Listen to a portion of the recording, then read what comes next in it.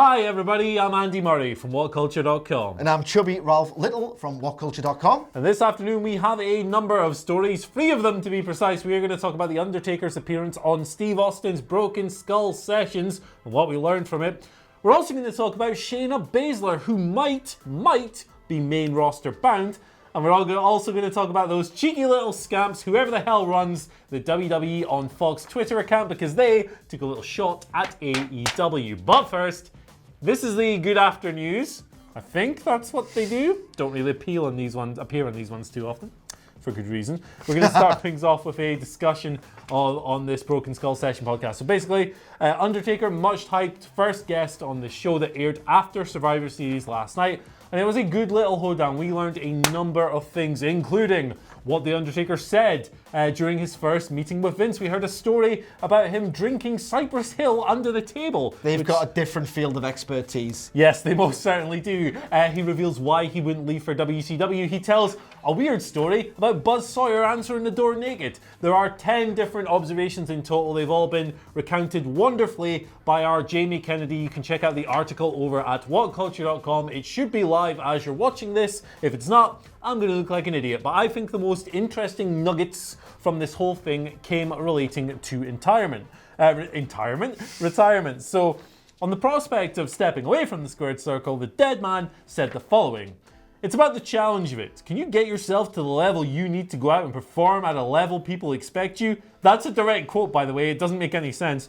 That's my biggest demon at this point because I know the window is shrinking. My biggest fear is becoming a parody of myself. That is something I struggle with, and I always told myself, don't stay too long. So 3 questions. Michael Sidgwick, has The Undertaker stayed too long? Yes. I clearly have. When do you want to see him go out, and how do you want to see him go out? Well, his window shrank. Yep. And if he's been asking himself when is it time to go, he really should have asked and answered that question, in my opinion, about 4 years ago. Really loved his stuff with Brock Lesnar in 2015. I thought it was magnificent, and it's been a pretty steady and, let's face it, grim decline shortly thereafter. I've got a hot take for you, Andy Murray. You know how he should go out? How's that? He should go out by putting over the next supernatural horror in WWE, The Fiend or the Finn Balor Demon. None of this. I really don't think at this point, especially if they build and promote it as this huge last dance singles match, his body is clearly not up for it. Again, this isn't a hot take. The Graveyard Dogs absolutely rule. Yeah. That tag team match at Extreme Rules was absolutely wonderful. It was borderline euphoric for the fans who still want to see something in The Undertaker. It was booked perfectly. It effectively masked all of his physical limitations. Roman Reigns did a lot of the work for him, but he contributed himself. He seemed to wrestle in defiance of the backlash of his awful and very dangerous match with Goldberg at Super Showdown. Basically, what I'm trying to get at is no one's going to get over by defeating The Undertaker. We've tried it, we've been there, it just doesn't work quite so simply. In fact, the only time I can remember such a quick succession story of a major win putting a massive superstar on the map was all the way back in 2012 with Kazuchika Okada and Hiroshi Tanahashi. To a lesser extent, they did it with Kevin Owens and John Cena, but at the same time, John Cena was in the form of his life in 2015, so he was able to tell that story. If Undertaker can't go, he can't tell such a massive story like that. Yeah. Put him in a tag match scenario of some kind, and I think maybe he could go out with some dignity. I'm not buying the fact that he wants to go out with some dignity because surely, I'm not being funny, surely he must have felt some shame at this point over the last 3 or 4 years. Yeah, the look on his face, particularly after the Goldberg match there, looked like it was one of shame, but you never really know because, he probably went home and swam in the $5 million or whatever that he earned from that show. I'm totally with you. I love the Graveyard Dogs. I thought that match was absolutely fabulous. Awesome. Could we maybe just have a few more Graveyard Dogs matches? Roman was so good as well in those things. Can we just pair them up against good people like Daniel Bryan, other geniuses of the ring? I think that would be just a fun way to go out and a nice way to do so without exposing the Deadman on his final farewell tour. It would be a nice way of correcting the wrong of WrestleMania 33 because no one bought Roman Reigns as the guy who retired The Undertaker. Obviously he wasn't because he came back. What if they subvert that image of him leaving his hat in the ring with just a bit of a handshake with Roman? Yeah. There you go. Nice bit of symmetry, nice bit of poetry, but regardless, Speaking of closure, the window's closed. Don't know what you're talking about, Undertaker. Check out Jamie Kennedy's article at WhatCulture.com, 10 things we learned from The Undertaker on Broken Skull Sessions. Next story! Let's move on to something a little bit more current. Shayna Baszler, who had a mixed Survivor Series weekend in terms of match quality and outcomes. I think it's pretty fair to say. She was very unsuccessful, unfortunately, at TakeOver War Games 4-on-2 advantage. Lost a fantastic match, but she was the one pinned by Rhea Ripley. Rhea Ripley's probably getting a title shot. Cool. The next night on Survivor Series, she fared better in a worse match, defeating Bayley and Becky Lynch in the night's main event. That secured brand supremacy or dominate lot stuff for NXT. They had 4 wins, SmackDown had 2, Raw had 1, but in the end, Shayna got beaten up by Becky Lynch, so it doesn't matter. Get your heat back, baby, because WWE never go in. Anyway, word on the street, and when I say the street, I mean Shagger Dave, who is indeed from the street last time I checked, is that Shayna Baszler is very much a wanted person on Raw and or SmackDown. They want to call her up, and this is according to Dave on Wrestling Observer Radio. They would have called her up by now, in fact, but for the NXT moving to USA Network, presumably they feel like they need the star power. They need the long-reigning, dominant women's champion to still be there to drive interest levels and viewership on NXT. But what do you reckon of this, Michael Sidgwick? Do you think we will see Shayna be on Raw and SmackDown anytime soon? Shagger Dave, Shagger in the streets, right out of the sheets. You having that one? Yes. What's the question? I just wanted to put that over. Shayna Baszler, main roster, yay or nay? I mean, it has to be at this point. I think that she's done all she can to elevate that title, which when you consider the lofty status it's had for years and years, she's done an absolutely incredible job. There's a little bit of a sense that it's getting, if not tiresome, then a bit predictable, a bit boring, and I think she's left that division in incredible health. Clearly, Rhea Ripley has just got megastar written all over it. I just think the timing is absolutely right for such a scenario to take place.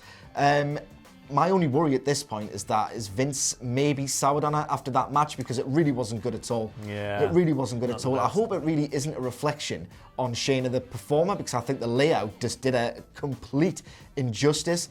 For me, that match was kind of spiritually close to the 2015 Royal Rumble Triple Threat. You had a killer, you had the face of the division, and you had the little slimy heel doing everything. There's a clear comparison between Brock Lesnar and Shayna Baszler, John Cena and Becky Lynch, and Bayley and Seth Rollins. But the problem was they had to annihilate Brock Lesnar to get him even out of consideration before they could have their little sprint match within a match. But the problem is that they did nothing of the sort to protect Shayna Baszler. I can only hope, because Shayna Baszler goddamn deserves a great run on the main roster, that they've realised they agented that thing pathetically. It wasn't a reflection on her ability or performance. Yes, she needs to go to the main roster. I think NXT needs her to go on the main roster. Just feels like the timing is perfect. Yeah, absolutely. And there's so many other like rising or established faces on that wonderful NXT women's roster at the moment that, you know, let's move her up. Let's see what she can do on the big picture. Anyway, finally, we're going to move on to some cheeky little scamps. If you follow the at WWE Young Folks Twitter account, you will know that they're basically the Wendy's Twitter account, right? Insidious crap. We're trying to be your friends when in fact we are getting paid by an awful corporation. Corporate banter. Greg's over here in the UK do the same thing. They're all cool and they're taking shots and all this stuff. Well, WWE Young Folks, last night we saw a towel spot in the Rey Mysterio versus Brock Lesnar match. Of course, Dominic comes in the match with a towel. Please don't hurt my daddy, Brock. Ultimately, that fell apart and they both got their ass kicked and Brock won, lol. I'm only joking. It was actually really great. It was probably my favourite thing on the whole show. Maybe I thought it was awesome. But WWE Young Folks have tweeted a screenshot of this saying, throwing in the towel, not in WWE, cry laugh emoji, which is, of course, a very clear shot at Cody versus Chris Jericho from AEW Full Gear, the little spot with MJF throwing in the towel. Michael Sidgwick, I feel like I just need to take this 50p and put it in the slot in your shoulders and just let you go on this one, brother. What do you think of this? I mean, what a pathetic and asinine, weightless tweet this was. What does it say? Yep, that. Throwing in the towel, not in WWE. Clean match finish, not in WWE. Engaging storytelling, not in WWE. Loud crowd reactions. Loud crowd reactions, not in WWE. Over superstars, not in WWE. Genuine emotion. Genuine emotion, not in WWE. Ratings the network's happy with, not in WWE. You know what I mean? Like good booking, good effective booking, not in WWE. I mean, just pick your battles. Yeah. No, I'm 100% with you. Like, at the core of the point, you're absolutely right.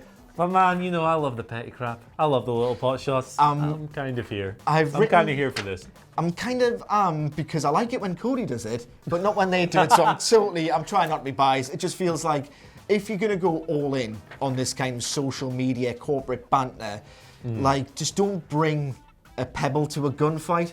You know, Here's a little pebble in your direction. It just goes into a sea of absolute meaninglessness. I mean, what are they thinking with that?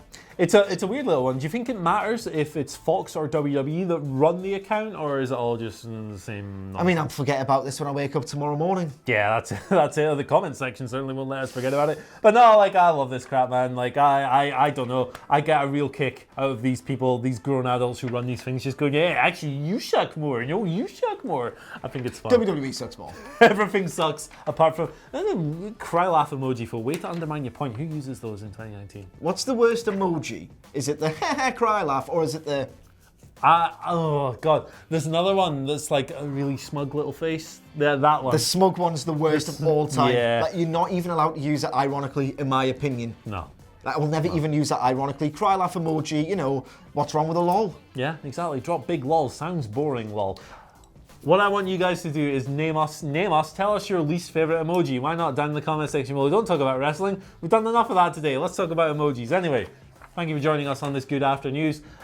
Sorry for it not being Wilborn and Cleary or Nicholas, but they all watch Survivor Series and they're in bed, probably. Part-timers. So yeah, you got the B team. Apologies, that's me. I'm the B team. He is the A team when it comes to wit and takes.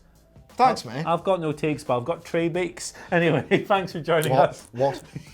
Follow us on Twitter at WhatCulture WWE. You can follow old Tommy here on Twitter at M. Sidgwick. You can follow me at Twitter. We've been up for hours. We must stress this. You can follow me on Twitter. I've been up since 2 a.m. Yes, same here. At Andy H. Murray. The H stands for Heffalump. Anyway, thank you.